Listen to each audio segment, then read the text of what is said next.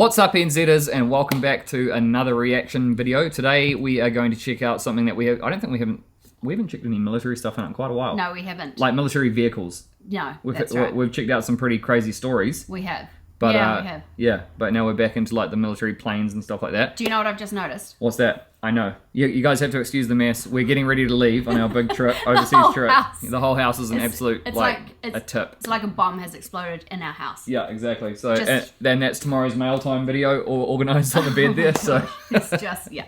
It's insane. Yeah. Anyway, today we're going to be checking out something that is, it looks massive from the thumbnail when I saw it. And also I think we saw it in another video. Yeah, we did. That we haven't released yet. Yeah. So, well, this one might come out after that. Maybe we haven't. Yeah, no, we probably would have. Okay. Yeah, so this one is the B-52 bomber. Okay. And I think they've been using this one for quite a while. Yeah. So. All right, and this one is called Why Nothing Seems to Kill the B-52 Bomber. So, let's check it out. Okay.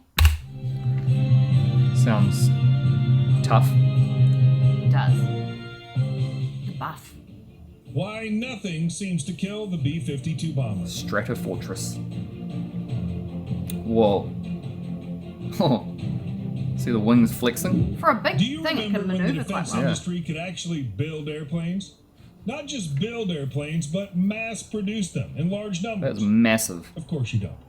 Over time, military aircraft have become so complicated, and the defense industry's become so impervious to outside forces, that you probably weren't born when the United States could actually build tough, those wing flaps reliable, are huge, and relatively low-cost airplanes. Look no further than the B-52, also known as the Buff, for big, ugly, fat effer. It took a while. Boeing built more than 700 of the bombers between 1952 and 1962, and the Air Force expects to keep flying the Buff until the 2050s. That means that a bomber first built during the Truman administration will still be putting warheads on foreheads about the time the wars in Iraq and Afghanistan reach their halfway mark. In comparison, the B-1 Lancer and B-2 Spirit, which first flew in the 1980s, are both expected to be retired in the early 2030s, more than a decade earlier than planned, according to Air Force magazine. NASA's space shuttle retired in 2011 after 30 years of service. The SR-71 Blackbird bowed out in 1990 after flying for 24 years. Meanwhile, the service would upgrade 76 B-52s and buy at least 100 new B-21 stealth bombers. The result in the 2040s would be a force of no fewer than 175 bombers composed of factory-fresh B-21s like a and UFO. 80-year-old B-52s. Under any likely scenario, the B-52 endures. Simple, durable, and cheap to operate, the B-52s are the Air Force's long-range missile haulers. The military does not plan for the old bombers to penetrate enemy defenses during a high-tech war. They instead would launch cruise missiles from beyond the range of air defenses. To keep the old bombers viable, the Air Force is spending $32 billion replacing their TF-33 engines, and as part of the Combat Network Communications Technology upgrade, rewiring their bomb bays for smart weapons. Connect gives the B-52 a digital backbone, enabling aircrew to receive digital tasking messages and real-time intelligence and threat data from multiple sources, the Air Force explained. All crew stations on the aircraft will be digitally linked, enabling information sharing while in flight, greatly improving situational awareness and mission flexibility. The goal in replacing the engines is to improve the B-52's fuel efficiency by at least 20% while maintaining its ceiling and takeoff performance. A B-52H with TF-33 engines can carry 35 tons of bombs and missiles as far as 4,500 miles without aerial refueling at a top speed of 650 miles per hour. Man, that's a long time.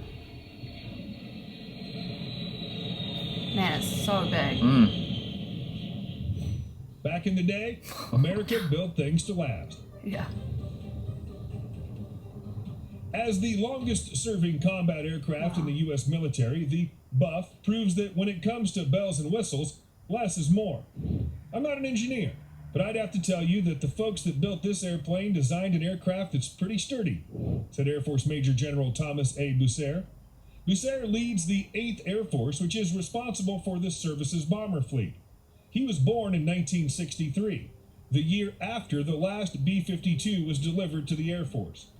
Originally intended to be America's nuclear bomber, the B-52 gained a new mission with the advent of GPS-guided weapons, close air support. The Buff has come to the aid of troops in combat in Afghanistan and Iraq with a payload of 70,000 pounds of bombs and missiles.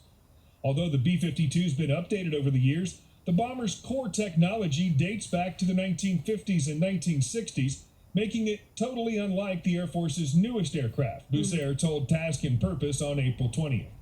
Essentially, we're working today with 1960s versions of aircraft that have been modified, like other weapon systems in any service, Bucer said. The fact that it served so long and will continue to serve so long is a pretty remarkable statistic. One key to the B-52's longevity is that the bombers pull fewer G-forces than fighters, which are designed to yank and bank, he said. Also, many bombers spent years on alert with Strategic Air Command, the forerunner to U.S. Strategic Command, so they weren't flying many missions.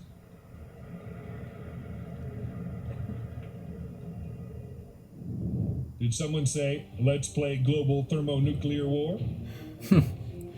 Yeah, that's what these things will be used for. Wow. Despite its age, the B-52 is expected to continue to shoulder the nuclear mission along with the Air Force's newest bomber, the B-21 Raider.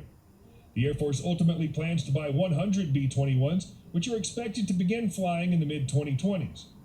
One reason why the B-52 will outlast the newer B-2 is that the U.S. government made a disastrous decision to buy only 20 bombers instead of the 132 B-2s it initially intended to purchase, said retired Air Force Lieutenant General David Deptula, Dean of the Mitchell Institute for Aerospace Studies.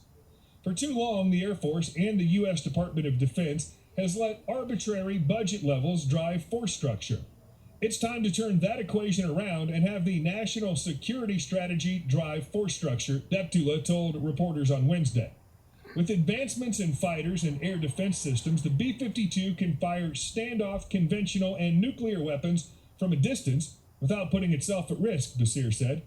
The B-1 showed how this can be done during the April 13th strike against Syria by launching cruise missiles at targets while outside Syrian airspace. It's just flying by itself.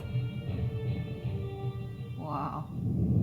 Opening a can of whoop-ass on ISIS.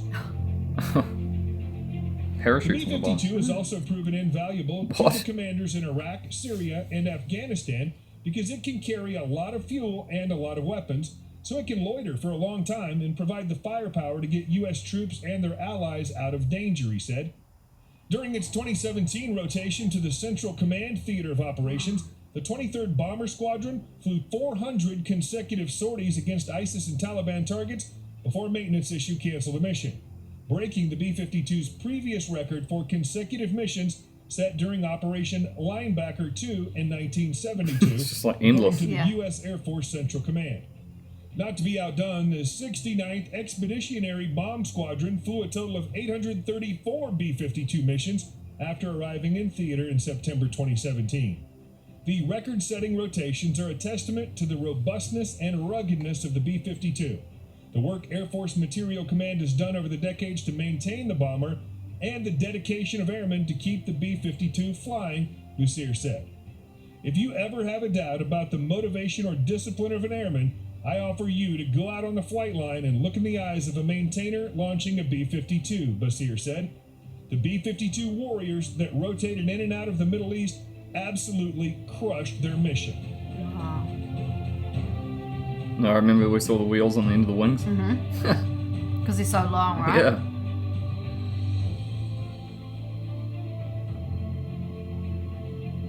It must be like, I don't know why, to me it looks like the wings just want to snap off. Yeah, I know. Because they're resting on the top. Yeah. Or like my mind is just telling me that they should be snapping off.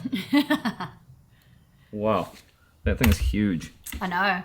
Man. What a beast. I know, but I noticed that there was like no outside armament on them. There's no guns, no side gunners, No. nose gunners, tail gunners, nothing. Whereas you think back to like World War II, like the B-17s, and they had like a guy in the nose with a gun, tail So out they must not go into actual air combat. out the side. Yeah, but you'd think that like obviously they have to fly. The bombers have to fly over the enemy territory. Yeah, so they could get shot at. And you'd think that modern fighter aircraft could go up to their level and reach them. Yeah. Or maybe not. I I don't know. wonder if they've ever had like a crash just flying them. You know, like Yeah. how many aircraft in the Air Force actually just have crashes. Like training. Yeah, like training or whatever. Yeah. Yeah. Yeah. I don't know. But it's obviously got a pretty good track record for Yeah. being in service for that long. Yeah. Must be like one of the, if not the longest serving aircraft Yeah. And it just keeps getting updated. in the US Air Force. Yeah. Yeah. Makes sense. Yeah. And so if you enjoyed that one, guys, make sure you smash the like button and let us know down in the comments what some other, I don't know, aircraft or Yeah. vehicles we should check out. Have we checked out a tank yet? I feel like we haven't checked out a ship. Yeah, true. Yeah. Probably aircraft carrier. Yeah. Yeah, we need to check out aircraft There's like carrier. other There's aspects to destroyers, it. there's all sorts of stuff. Yeah. I've also seen in comments quite a few requests for a training video. I'll have to go back and find it, but Okay. I've seen it pop up quite a few times, so we Okay. must do that one as well. Yeah, for sure. Yeah. And also, we love you guys, and we'll see you in the next one. Bye. Bye.